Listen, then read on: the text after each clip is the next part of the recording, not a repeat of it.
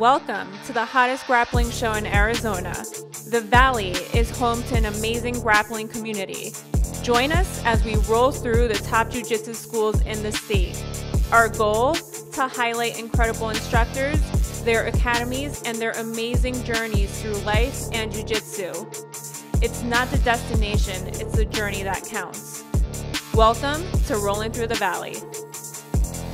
You need a pass! Who's gonna get the last 3 points? There you go. Precision and accuracy. Pain is temporary. Remember, there is no glory in training, but without training, there is no glory. Here, Rolling Through the Valley. Here we are at Ares Phoenix, and with me is Jacob Erdman. Jacob, I'm super excited to have you on the show. I saw you teaching last night, and I could just feel the passion that you have for jiu-jitsu and like the love for your students. So I'm just super excited to get to know you. So tell us a little bit about yourself. Well, thank you. A couple of things about me. I'm a dad. I raise 2 kids. They go to school. I am a husband. Christina is the backbone of what I do. I get to be the pretty little face. And she gets to do a lot of the work that goes unseen and unnoticed, you know. She'll pick the kids up, she talks to the parents, she does a lot of things like that. Mm-hmm. And I guess I teach jiu-jitsu and stuff as well. Yeah. You know, I got my black belt from Osvaldo Cascino. I traveled out here from California to come train under him as well. Prior to that, they were together in California. It was him and Samir Chantre. And 2 multi-time world champions, you know, great people, great hearts, great leaders, and inspired a lot of what I do in today's world with not just myself, but with my students as well. Yeah. And that's pretty much what I do. I played guitar when I was younger, but for the most part, jiu-jitsu became my life, you know. Do you still play guitar? Not as much anymore. This became the thing. This is it, yeah. Once I started doing jiu-jitsu. It's hard to do everything. I have so many hobbies, but at the end of the day, I'm like, jiu-jitsu is #1, and that's what I need to prioritize. It's just hard, right? You have to dedicate so much time to the sport itself. So it is what it is. But well, and a lot of that is building yourself up. You know, yeah, you come to the gym, but what about outside of the gym?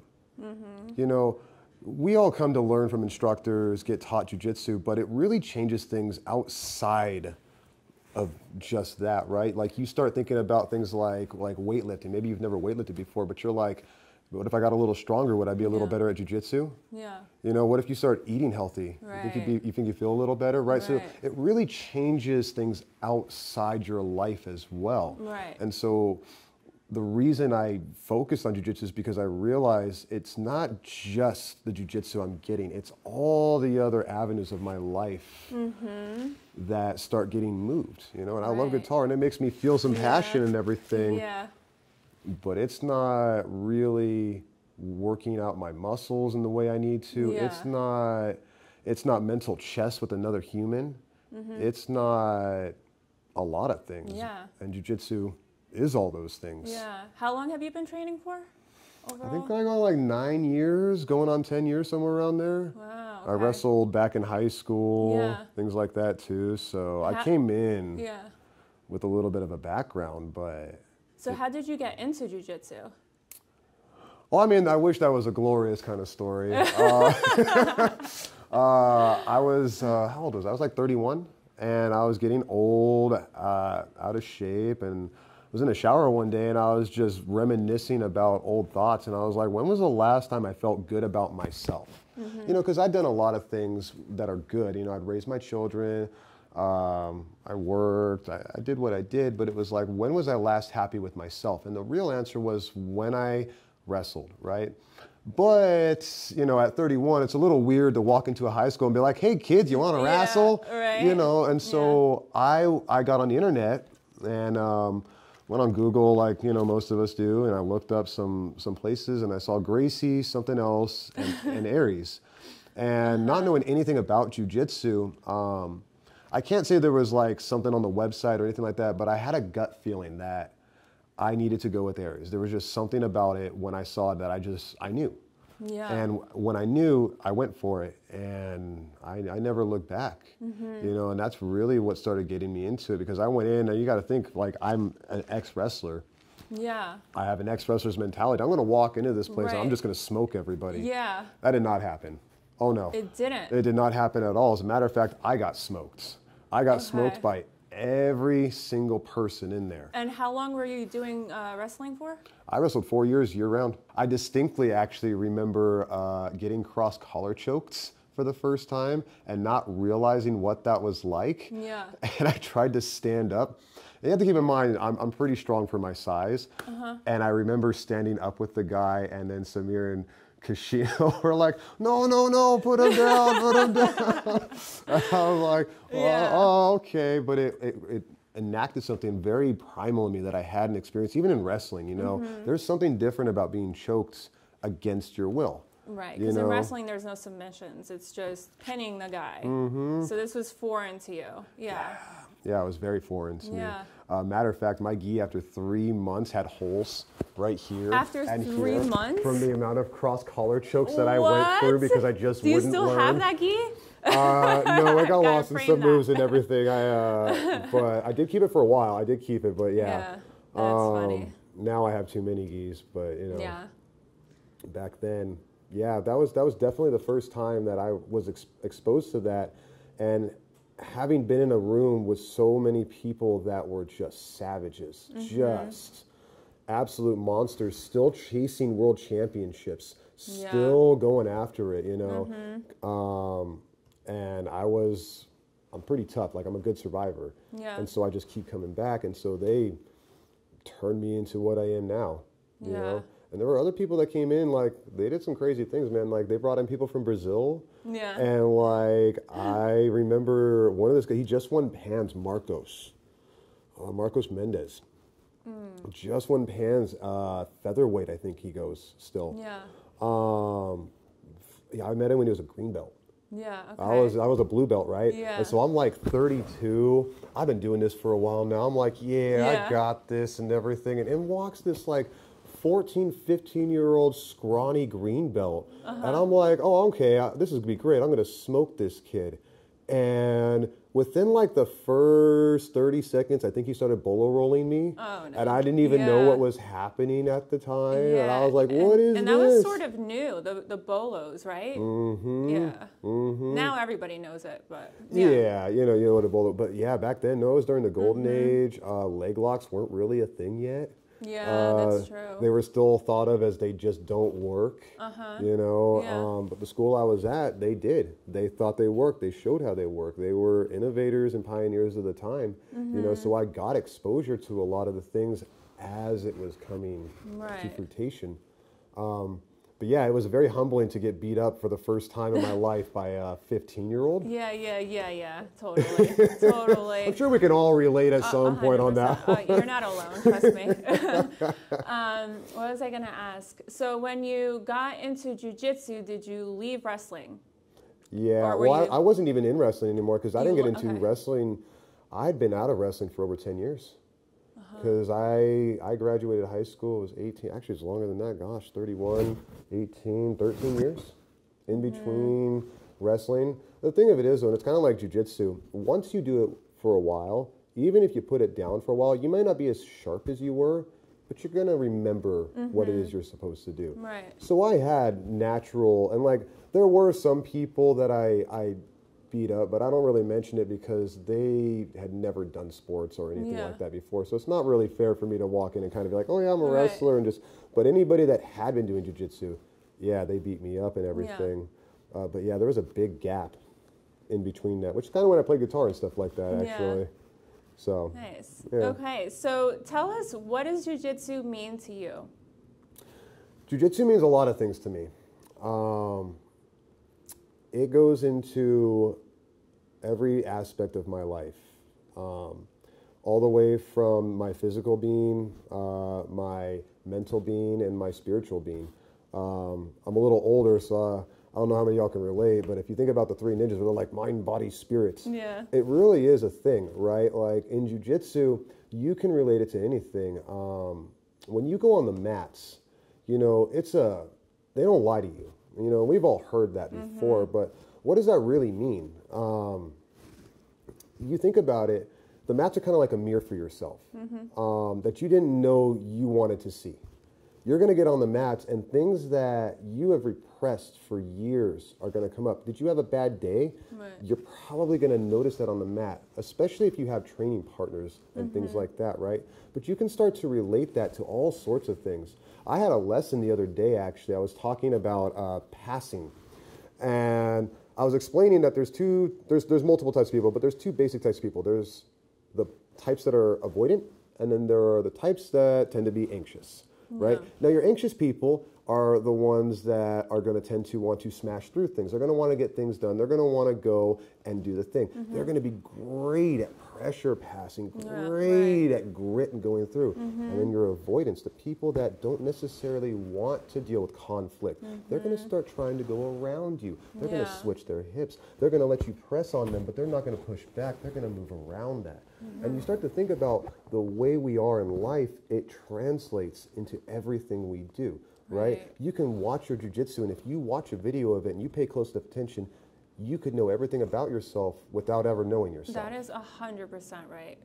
You know? So true. We, all the time, man, I use jiu-jitsu to explain things to people when things are impossible to explain. Because there's times, you know, when we have feelings and we're like, I know what I want to say to you, but I can't quite say it. And there's times where, since I can't relate it in a way that's going to allow you to understand it, jiu-jitsu gives us that bond to where we can relate to something via something we've both already experienced and shared. Yeah. You know, because a lot of times it's hard when you're trying to explain something like, I don't know, maybe you bought a house, right? And you're talking to a friend and your friend's like, why did you buy that house? And you're like, well, I don't know. You know what I mean? I don't know why I bought the house. But at the same time, if you both do jiu-jitsu, it's an investment. It's a time thing. You didn't just buy that house so you had a home. You bought that house because you were looking into the future, right? We do the same in jiu-jitsu. Are we really just trying to get better than the last tournament we had, or are we looking forward to the next tournament we're going into? You know, are we holding on to stuff back here, or are we in the moment trying to get better? Yeah. There's a lot of things. So I've seen you compete, so I know you have competed.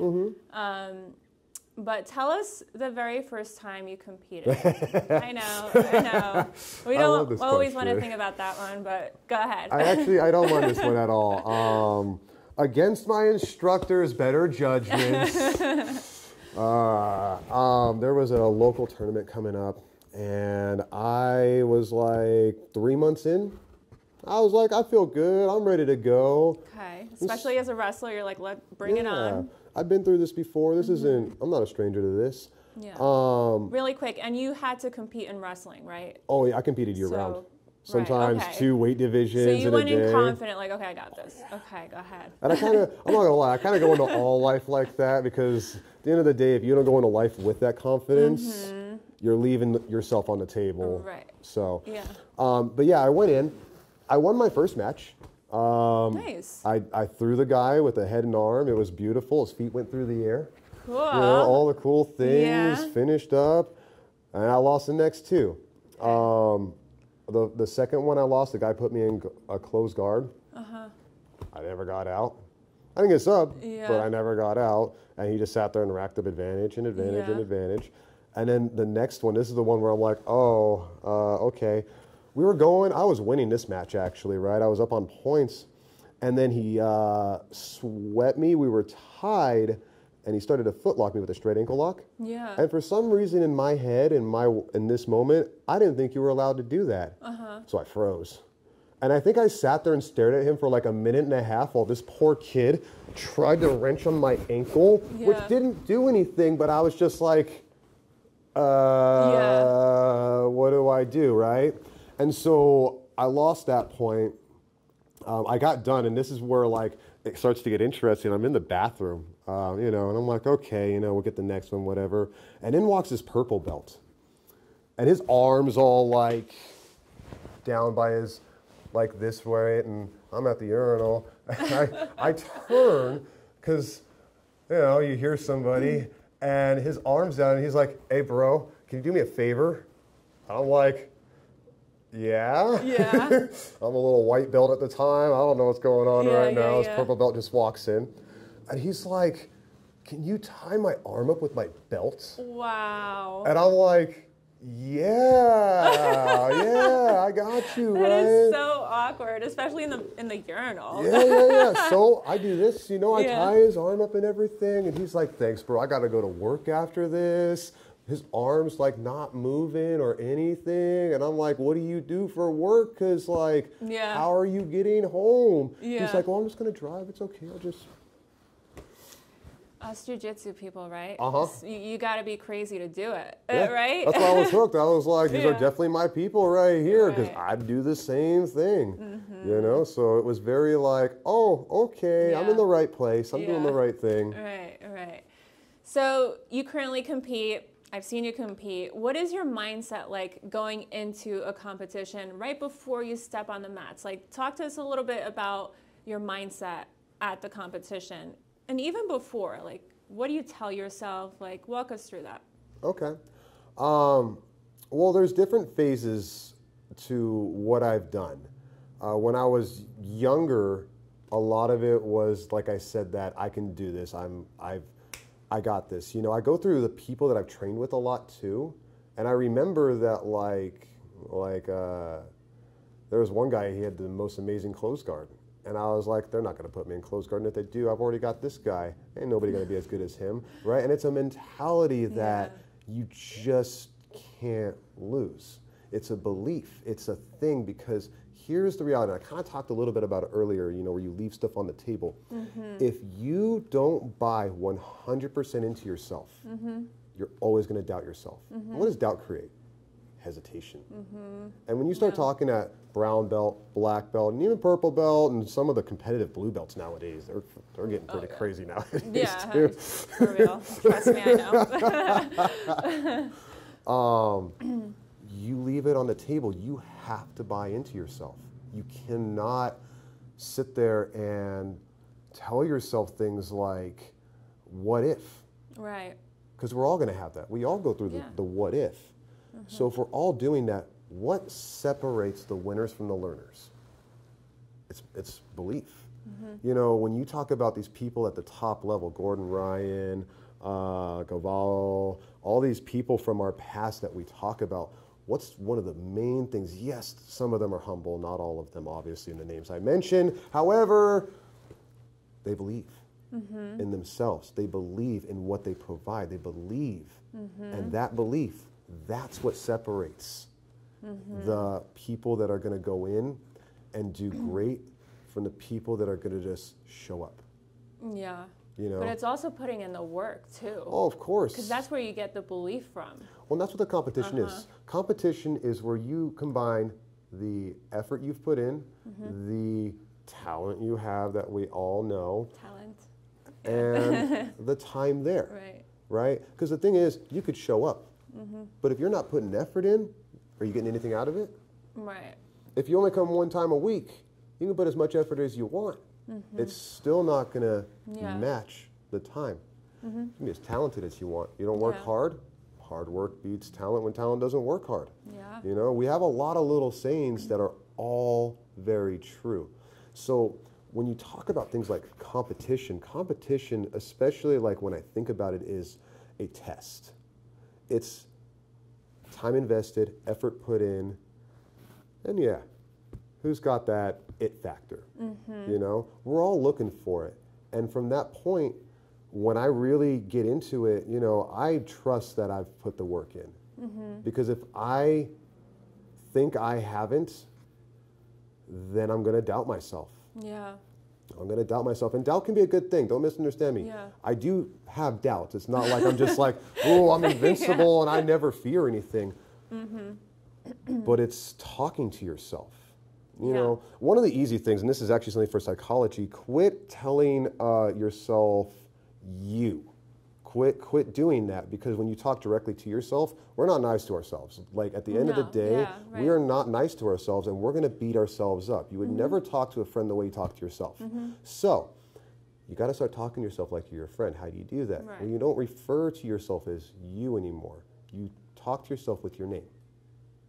You would say, "You got this, Priscilla." You no longer are dealing with the person in the mirror. You're dealing with the outside perspective of yourself. That type of self-talk, they use it in all sorts of things, and we can go into that in another interview, but essentially your ability to talk to yourself, to let yourself know, you've got this. You've been through worse. Tell me you haven't been through worse. Tell me that competition is the worst thing you've ever been to. I'll wait, because I haven't heard it yet. So if it's not the worst thing you've been through worse. The only thing that's preventing you is you. That other person across the ring, they've got their own battles in their own head. That's not your responsibility. Your only responsibility at that moment is to let yourself know you can do this. And if you do have doubts, that's okay, because you know what we do? We get on the mat anyway, and we learn how to face those doubts and how to climb over those doubts. So when you see me out there and I'm warming up, and I'm moving around, and that's the other thing too, start moving, get your heart rate going. You know, quit standing around. I try to tell my students, but they haven't quite gotten there yet, but we're working on that right now. But when you move around, it's not just about rhythm, music, or things like that. It's your heart rate. It's all about getting into the mentality.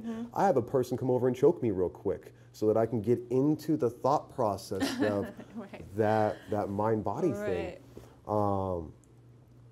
But you got to believe in it, and that's it. So self-talk, definitely very important. Is there anything that you do specifically besides like the affirmations part of it? What do you do specifically to, like, you know you're going to compete. What do you do up until then to train your mind? Do you listen to podcasts? Is it music? Like, how do you train your mind? It's actually not as fun as it sounds. Sometimes I just sit in a quiet room. I like it. Because your own thoughts are loud. And the problem is that if you have a bunch of other noise, you're only going to get bits and pieces, and then you're going to shut it off so you can pay attention to the other stuff. It's actually really hard to sit inside yourself and sit there and actually ask yourself how you feel, identify it, and then work into it. And you got to embrace it. That's the big thing, you know, is we are always running from our feelings. We're always trying to move them somewhere else so we feel a little bit more comfortable. But that's not what jiu-jitsu is.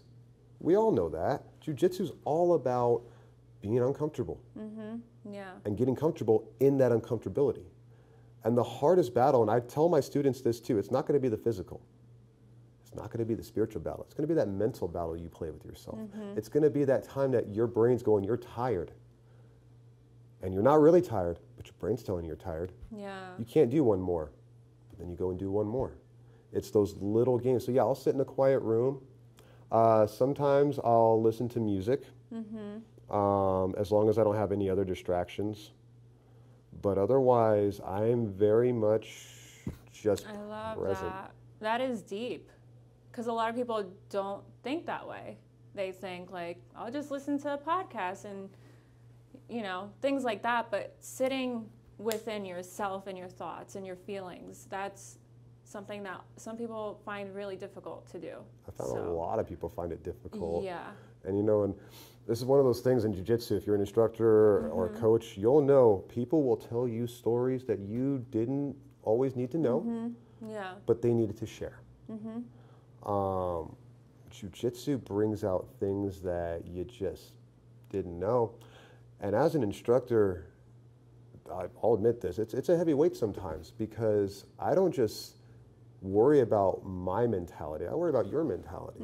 I worry about how to help you develop your mentality.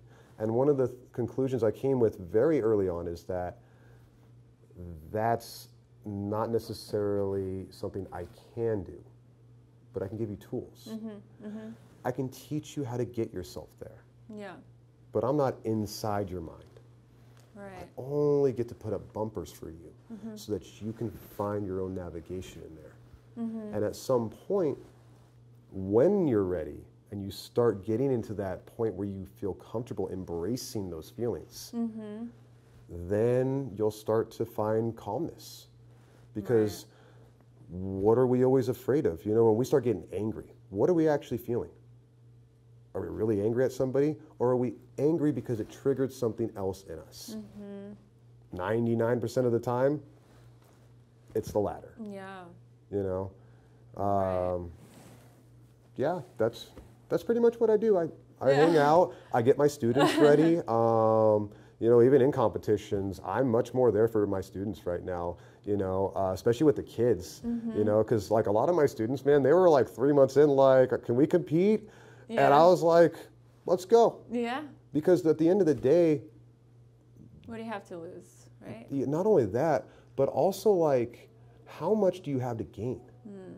You think about it, those doubts we talked about, you have those doubts before you get on the mat, but the sooner you push it out there a little bit, the sooner you start understanding how to get over that.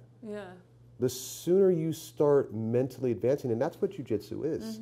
I'll teach you all the cool physical moves. I'll show you how to cross collar choke, bolo roll, back, whatever, man. But can I teach you how to believe in yourself?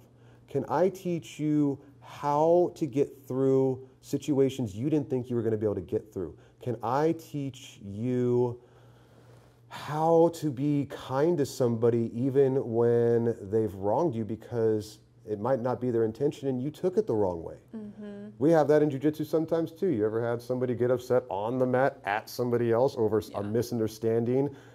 You know, jiu-jitsu brings things out of people. How do you regulate that? And that's my way. Just be quiet.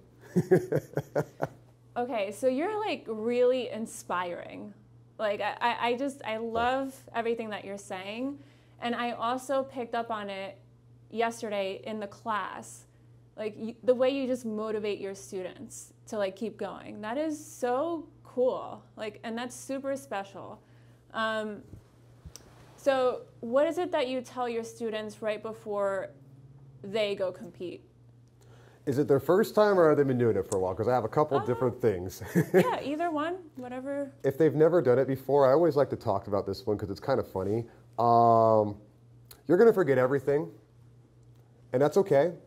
You're probably not going to hear my voice. You know what it sounds like. Yeah. But you're going to go out there and you're going to be in your own little world. That's okay. Go out there, do your best, keep your composure, and I'll see you on the other side. 99% of the time, those, like, I don't know if you remember your first one. Yeah.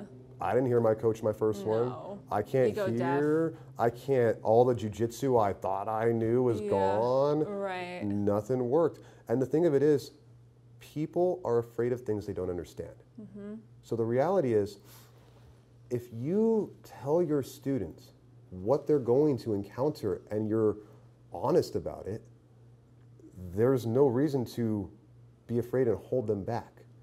Yes, they're spending money. Big whoop. They chose to do that anyways. Heck, they choose to come to spend money on you to get taught. So why are they going to compete then? Because they want to. So if they want to, all they need at that point is the information for what they're going to experience. You know, the first time I went out there, they were like, don't do it. Why? It's not going to go good. Why? Yeah. You know, and after sitting here and talking with some of my students, it became very clear, because at first I was very hypey. I was very like, got this, you got this.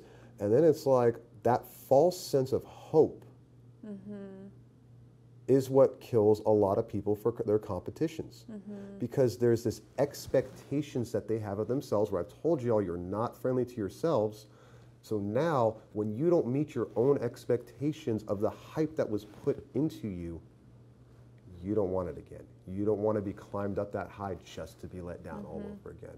We experience it in other aspects of life. You all get the joke if you're, you know. But my point is, honesty wins. When my students came back, I tell them, so proud of you, great job, we're going to work on this. Hey, go get some water, we're going to try it again.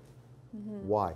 Because they're ready to go again. They want to come back. They want to get better. And that's what you want. I want you to want to do life. whatever that is, whether it's jujitsu, whether it's cycling, whether it's playing guitar, find what drives you and go for it. And if you do like something, what do we all do? We research it, right? We start looking at it and what's going on. But nobody talks about like that first time. At least I haven't found it. If there is one on the internet, I'm sorry, I haven't found it yet. But what it's really like to go through it and just be that white belt on that thing. You've been doing it for 3 months and you see Big Ted over here with 4 stripes on his belt and you only got 1. And it's a big deal. But you go out there, you give your heart, and when you're done, how do you feel? Great, relieved, you did it, and it's over. Yeah. And then it's time to go. Now, if you are a seasoned competitor, you know the deal. You have a different type of talking to, because I don't need to explain that stuff to you anymore. Now, I have different questions. What are you going to go do? You know? It's always the worst question to ask, because all of our answers are, I don't know, or take down or pull guard. Yeah. But we really don't always have an idea. Yeah. Right? So what it really is be first in what you want to do. I don't know what you want to do, but whatever it is, be first. You want to do a takedown? Grip, set up, takedown. You want to pull guard? Grip, sit down, guard. Yeah, it's a matter of committing and taking action. And you have to commit to that. And once you commit, it's time to go. And it's still part of that belief. You've been here before. Right. This ain't your first time. Yeah. Did you just get beat up by that guy? No? All right then. Well, guess what? This guy beats this guy up. Let's go. You know, and you start getting that motivation. I don't necessarily touch my students a lot on the shoulders and stuff until they're going to compete. And then I start to hit them a couple times on the shoulders. I might cross collar choke. I might make them start warming up with me a little bit, but it's definitely different once you've been on the scene versus when you're not, because there's so much on your first day, the noise, the where is everything? Where do I sit? Where's my family? All the different things is just so much. Yeah, right. But once you've been doing it your 5th time, you know. You think it gets easier? Nah, you get higher expectations of yourself, which means you put more on yourself. It only gets harder the higher up you climb. Yeah. You know, as we like to say about birds, the reason pigeons don't fly with eagles is because the air's too thin up here. You know what I mean? So it's not that the pigeon couldn't fly up that high, it just can't survive up that high. You know, and you find that as you get into competition, this is why like some people tend to fall off too. It does get harder. Yeah. And if it gets harder, people like comfort. You know, and this is where I say, like, your survivors, people that have been through some things in life, they're the ones that tend to stick around. You know, they're the ones that... That's true. Yeah. Because it's not easy. Like, it's a hard sport as it is, and as you climb, it doesn't get easier. You think it does, but... Nope. No. Well, because you're a brown belt now. Yeah. What's it like rolling with some young, I'm just out of wrestler blue belt? They go out to kill you, and then you got to show up. That's it's not easy. Yeah. Yeah, you can't hide anymore. You know, No, when I you was a can't. blue belt, I could be like, I'm a blue belt, I'm just getting smashed. I'm a black belt. And I forget sometimes, too, that I'm a black belt, because, like, for me, I'm just, like, trying to have fun. And I forget that these guys are actually trying to kill me and get me. Yeah. And I start laughing sometimes, because, like, they'll, like, pick me up and I'm like, slam me down. I'm like, oh, right, I forgot. Hold on. What color belt am I? Yeah. So, yeah, that's really where that's at and everything. Big question. Do you think competition is for everyone? What are your thoughts? It's a really broad question. Are you healthy enough mentally and physically and you train? Yes. I think everybody should compete. If you have a disability and there can be some adjustments made, absolutely. If you have a disability like you can't walk, move your arms or something like that, probably not. So 99% of the people, yes, you should compete. And here's why. Competing is your test. You ever play a video game before? Ever have save points? Yeah. Right? Well, that's kind of what competition's like, right? You're going to go to this competition. That competition is your save point in your jiu-jitsu journey. And here's what I mean. You're going to spend days in this training room, right, with the same people. Maybe you go to an open mat here and there. But at the end of the day, your whole thing is going to be the same people over and over and over again. The test becomes when we go to the competition. And we all understand that. But when we come back from that test, why do we come back? It's not just to get better. We're chasing the next one. Right. I want that next one. Well, what do I got to do? I now have to go through the whole game until my next competition and the next one. And every time you go to a competition, it is a real insight to what you're doing right, what you're doing wrong, both physically in jiu-jitsu and technically and mentally. You know, like we talked about, did you prepare mentally?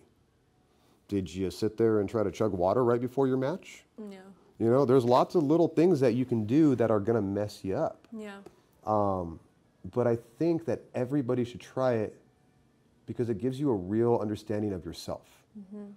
Because at the end of the day, and I might be speaking out of turn, but isn't that what we're all kind of looking for? We're all looking to find ourselves. And if you want to find yourself, you have to put yourself in the fire sometimes. You got to see what you're made of, you know, at least if you train. If you don't train, you know, I'm not going to tell you go beat up Betty over there at the UFC. But if you're going to jiu-jitsu every day, you're training, you're putting that time, that effort, the money, the whatever it is, because a lot of things have to line up for you to be able to do jiu-jitsu.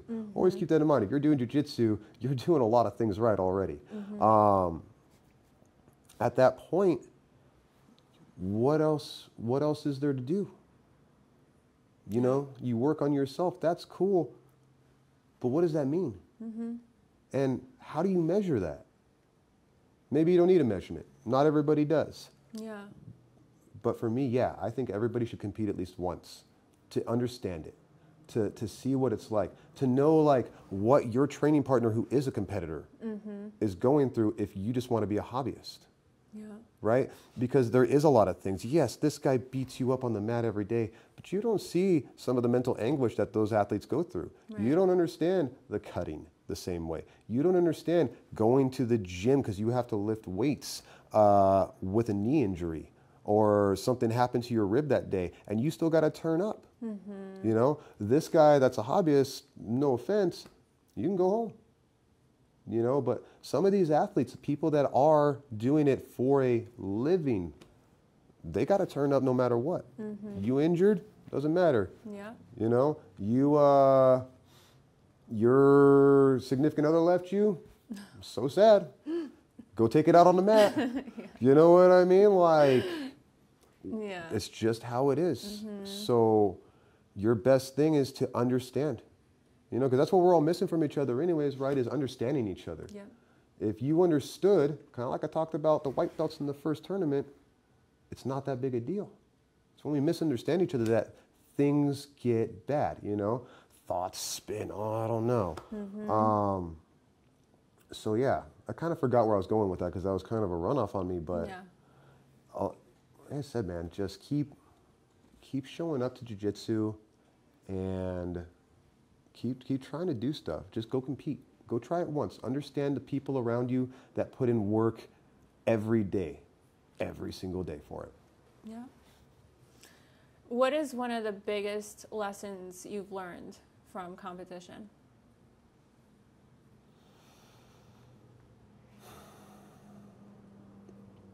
Don't quit.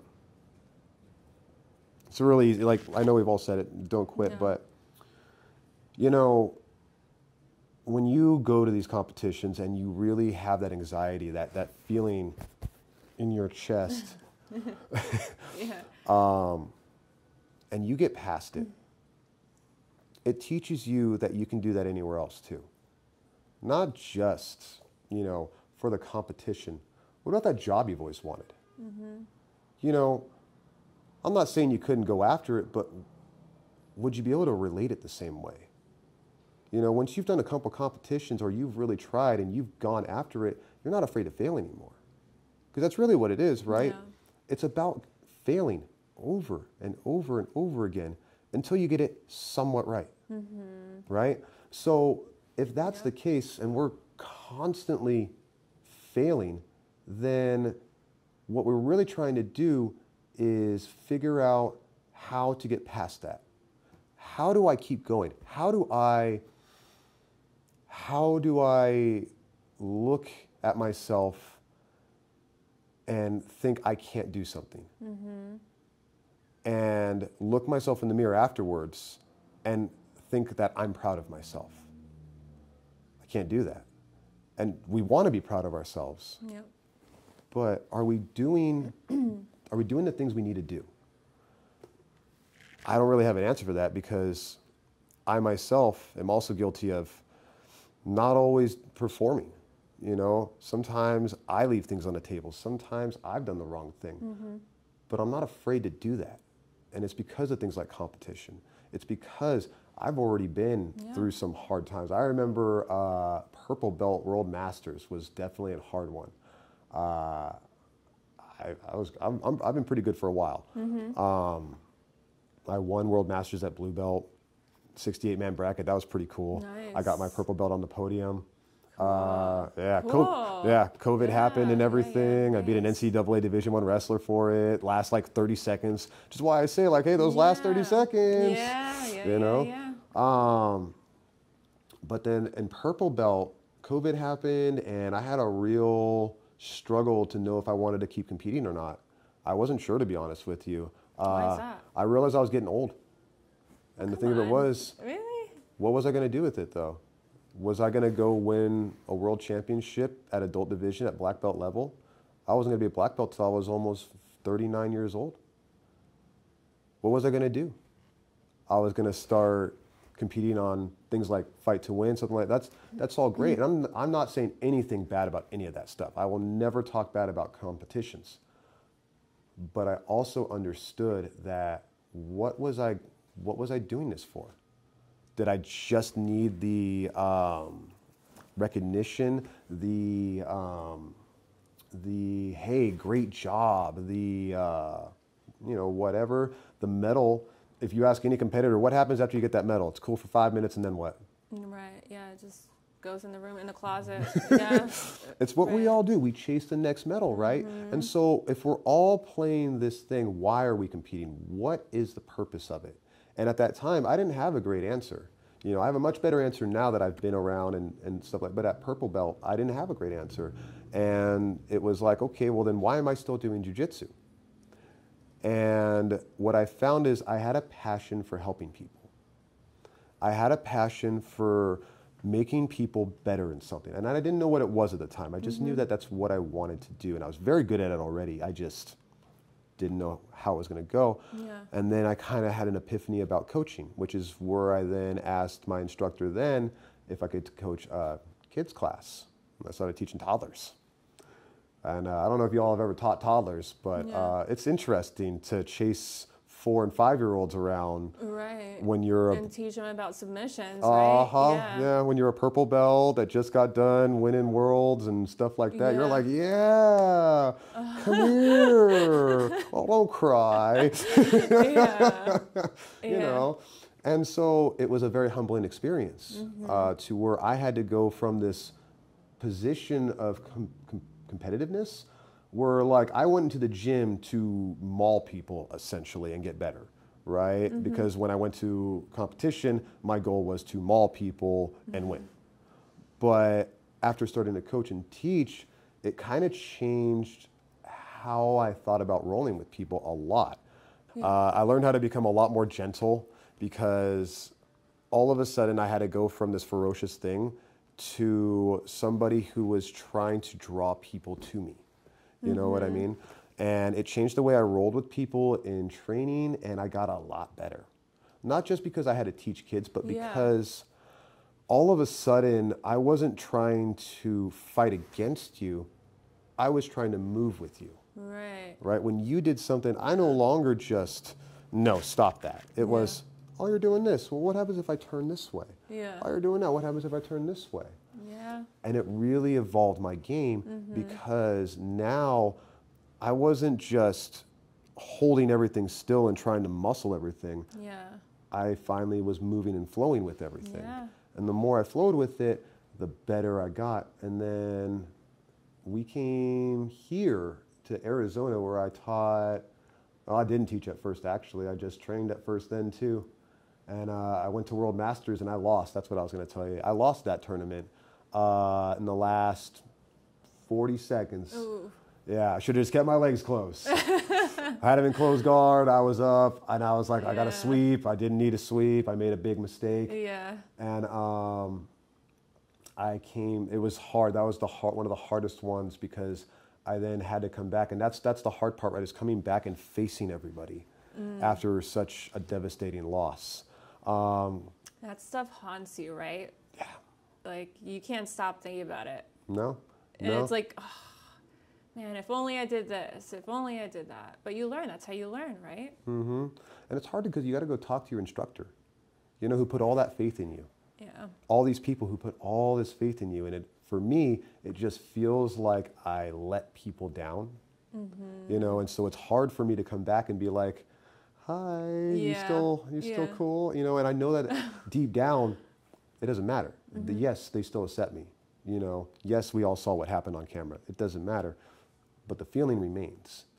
And so when you start overcoming things like that, that's when things really change. And right after that, I came back. I got my brown belt a week later. And it was an interesting symbol to me because I just lost. And my instructor, Kashino, even said, it's not about winning or losing. It's about heart. It's about returning, trying again, picking yourself up afterwards. And those words really stuck with me. Yes. I ended up turning it around. I went back. I went to World Masters again at brown belt. I took second. Master 2. I'm old, you know, starting to get there and stuff. I was sick that time too. I don't ever talk about that really, so I won't really get into it. But it was during all the COVID time, so you know, that was a very don't talk about that. I know. But yeah, I still took second and got my black belt shortly thereafter. And then I started teaching 6:30 a.m. crew over at Goodyear for the next year. Nice. After that, that's when they offered me Ares BJJ Phoenix. Nice. I bought it, took it over. We went through some things, you know. It is what it is. We survived. Yeah. That's the end of the day, the biggest thing. And now we're here.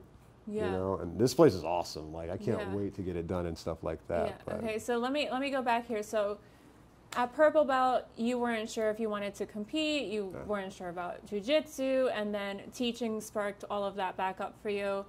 And then is that when you decided, like, okay, I do want to be a teacher. I do want to open up a school? That, and it also is what redrove me to start competing again. Okay. And the reason why is because who am I to open some school and tell you how to compete if I'm not doing it myself? What, I quit at blue belt, purple belt, oh, cool, now I'm just going to go teach, and then I'm going to teach you how to go compete at the highest levels? Yeah. No way. It wouldn't work. So I still had my own work cut out for me, and I realized that. At that point, competition became much more of a way for me to prove the path. What is it you have to do? Because I realized I was getting old. So at some point, we all passed the torch. But what am I passing down? So I had to go through the fire to do that. Right. You know? Yeah. And once I was done at that point, I wasn't sure if I was going to compete at black belt, to be honest. And then every time I'm not sure, I see the little sign, AZBJJL pops up. Good. Something like that. And it's like, it's time to go again, I guess. Yeah. You know, due to this move, we've been a little short doing things with competition lately. Yeah. But we're looking to come right back strong. Here soon, we get this back room open. And so you've been here how long again? God, 3 weeks. 3 weeks. Yeah. Where were you before? We were over on Thunderbird. It was actually a pretty big location. It was like some 2,000 square foot of mat space. Yeah. But it was also like a cookie cutter, as I explain it. I'm not a cookie cutter. I don't know if y'all noticed from this. I'm not a cookie cutter human. Yeah. So I don't do well in that. And when I got there, it was already done, and it was beautiful. It was well done. But it just wasn't me. So at that point, it was pretty much like, okay, do I stay here or do I go somewhere that's going to have some opportunity for what it is I'm actually looking to do? Yeah. Which is connect community. You know, I love jiu-jitsu, I love competing. None of that ever diminishes, but the community that it creates, that's the real spark for me that I found later on. Even after wanting to be a teacher, it's the ability to bring people together, connect them, and help them fly. Yeah. Love it. That's what it became for me. Yeah. Okay, so you've been here 3 weeks. Mm-hmm. When is that going to get done? That should be done by the end of next week. Good. Yeah, we're pretty much ready to go. There's a couple things that have taken a while. Yeah. I ended up building drywall. I've never done that before. Never built drywall, so it's in there. Yeah. We painted the whole facility in there. I don't quite have time to finish the ceiling yet, so I'm going to seal it a different way and then start putting mats down after I get the floors clean. And I got a couple guys that are coming through later this week that are going to do the floors for me, make them nice, and then I'm ready to. It's a lot of work. It's a lot of work. It is, but it's well worth it. You know, they say that anything that's easy in life probably not that worth it. Yep. You know, when things are handed to you, you're kind of like, thanks. Right. You know, but when you really have to earn that, when you really have to work for something, that's yours. Yeah. You know, when you go to jiu-jitsu, that's your tool now. You earn that. Sure, I taught you. And this is also something for any instructor out there that does this. Please, please, please don't ever do this to your students. Don't ever go, do you know what I did for you? It doesn't matter. Yeah. Because I did that by choice if I did that for you. Just like you showed up by choice to do that for you. Right. So don't ever do that. And also understand that as that person showing up, you teach us just as much as we teach you. Every time that I try to teach a student something, I have to figure out what you're like, what you do when I tell you something, how you react. There's so many little things that I have to pick up about you that also mirror me back. Yep. And so as I teach you, I also have to recognize that, am I getting frustrated over this because I do that already and I'm mad at myself because I already do that and now I'm yelling at you because I do that? You know what I mean? Right. There are so many things, but it's the most fulfilling, one of the most fulfilling things. I don't want to say the most, I have kids, but it's definitely one of the most fulfilling things I've ever done, to where I get to come here and help people. Yeah, that's awesome. I get to build people. I get to teach them how to go choke each other, and that's the cool part. Living the dream, right? But then at the end of the day, you're friends. Yeah. You're family. You know, if you had something happen, you could go to your academy, and what would they do? They'd welcome you. They'd be like, how do we help? Yep. What can we do? No questions asked. No, none of that stuff. Yeah. Because we create safe places for people. Yeah. I always say that too. Like, that's one of the biggest reasons why I stuck with jiu-jitsu is the community. Because it's a hard sport. And if you don't have support and you don't have people that you like to roll with, and, you know, the community sucks, you're not going to stick around. But it's always been the people. And even now, as a brown belt, still, just the community is so special. You know, I don't know if it's like that in every sport, but. Nah, it's not. What else are you excited for? So you have a brand new school. Is there anything else that you're looking forward to as far as the school, your students, yourself? Yeah, no, I have a few things. So a lot of it right now is the school. That's been my life for like a little bit now. The current room that we're in is going to stay the way it is with a few minor details, because I am building the back room.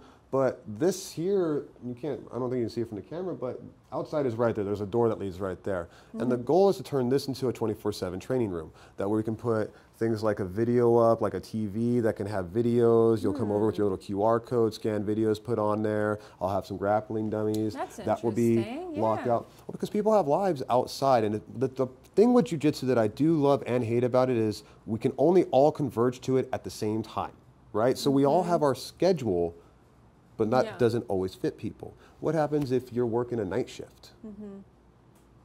You need to go train. You got a tournament in 3 days. You know what I mean? I have a spot. Yeah. It'll have a security door. I've thought about all the logistics, but that's one thing that I'm definitely excited about. Cool. That is cool. Turning something like this, because it's small, but it's big enough to do things. Yeah. And the other thing are community events. Because of the way this building is, it's a standalone building. I have a pretty big back lot. I can do things like car washes. I can do things like drive-in movies where we get there's inflatable projector screens that you can have and stuff. You see, that was my point. And so the thing is that in jiu-jitsu, and this is why I can't do the cookie cutter thing anymore, you are limited in what you can do. You know what I mean? If I wanted to do something outside here, I'd do whatever I want. If I was in a place with like a strip mall, I have to contact people, make sure it's okay, blah, blah, blah. Right. And it doesn't work, you know? So this allows me to do all the other avenues of things that I'm looking to do for the community, for the jiu-jitsu community in specific, but also people that might just want something to do, you know? Because believe it or not, jiu-jitsu people are pretty cool, you know?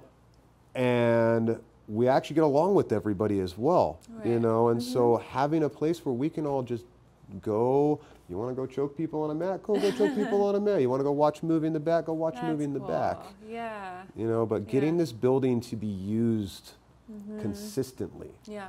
Jiu-jitsu's open typically for what, 3 hours a day? Yeah. What about the other 21 hours? That's a lot, right? Yeah. And I'm not trying to go back to work, so y'all better get in here. Right. That's awesome. Well, I can't wait to see this. I have to come back now. Yeah. I can't wait to see like everything done up, and maybe I'll get invited to these events. But oh, you will. I'm I'll shoot you a kid. Yeah. I'm excited for you. I'm excited for the school, and it's gonna be good. Jacob, thank you so much for your time. It was so nice getting to know you and the school and just seeing how you work with your students. It's an honor to know you. So thank you so much. And we'll see you at the events. Thank you so much. It's been a pleasure. All right.